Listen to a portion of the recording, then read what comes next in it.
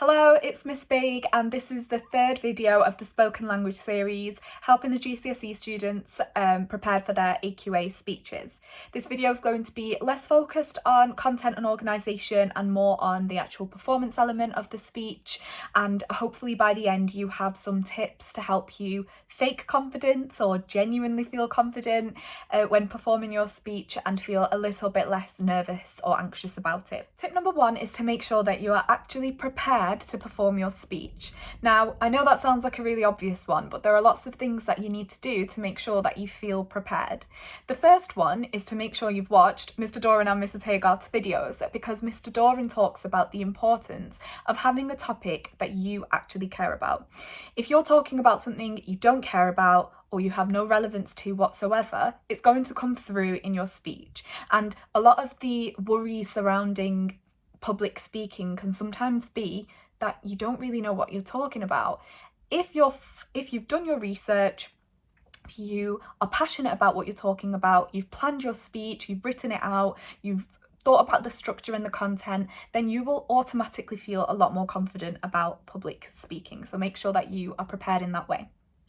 Another way to prepare for your speech is to maybe make some flashcards to take with you on the actual day. What we really want to avoid is you reading from your English book like this, because as you can tell, you don't look very confident and you're relying on your English book, and it doesn't show that you're prepared really. Miss Morrison, another plug for the English department, Miss Morrison's made a really great YouTube video on how to make a flashcard. So if you've never really made one, you're not really sure how to, she gives you some really great tips there. So it's really worth watching that video. So having some flashcards is a really great way to make you feel a bit prepared and have a bit of a plan B in case you do forget something. And it also is helpful in helping you memorise your speech too, because the act of even writing it down again and making it more succinct will help you revise your speech. And the third way to really prepare is to rehearse. Rehearse, okay? Again, really important part of the preparation process, and that doesn't mean to just read your speech a couple of times whilst the teacher's doing the register on the actual day. Rehearsal is every single day in the week running up to your speech, making sure you're dedicating some time for it. And not just reading from your book, but standing up and really visualising yourself doing the speech and rehearsing in that way, and that will also help you feel a bit more confident. Tip number two is to think about your posture. This is something that we all forget about, including myself. So try and make sure that your shoulders are back and you're standing really tall and confidently. That's automatically going to make you look confident, which will make you feel confident. And it also helps with your breathing, which I'll talk about a little bit later.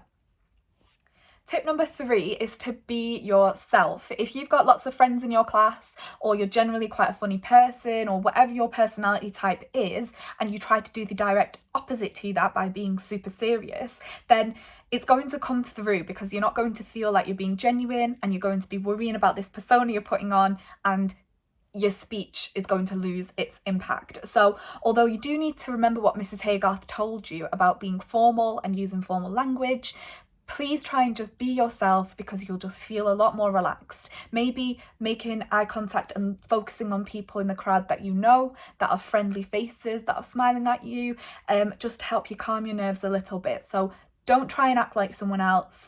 Don't try and be super serious if that's not your personality. Be yourself. Number four is to avoid caffeine before your speech. So that's no tea, coffee, energy drinks, anything like that, because it increases your heart rate and it just makes you feel really jittery and nervous, and that's not how you want to feel before you are already going to naturally be nervous when you're performing your speech. So stick with water, stay really hydrated, bring the water with you when you're performing your speech. And tip number five is to have a positive mental image of you being successful at this speech. It's going to be in your English classroom, you're going to be familiar with the environment, so really take a minute to visualise, close your eyes and visualise you performing your speech in the best possible way. Ignore the worst case scenarios, block that out of your mind, and instead focus on the best case scenario. Imagine yourself confident, knowing your speech, being really influential, really engaging your audience, and visualize that happening. You're manifesting it and it will happen for you. So really try and have some positive thoughts and please ignore the negative ones.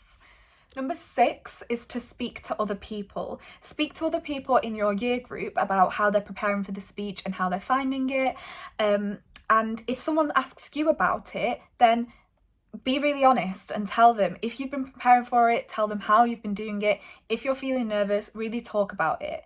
Another great thing to do is to speak to other people from previous year groups. You might have family members or friends or people that you know that have also done this a year or two ago. I remember doing my speaking and listening for my GCSE, so AQA have made this a requirement for years and years. So there's definitely going to be older people around you that have done it before. Ask them how it went and what they would maybe do differently if they could do it again, and maybe take on that advice and try to apply it to your own experience.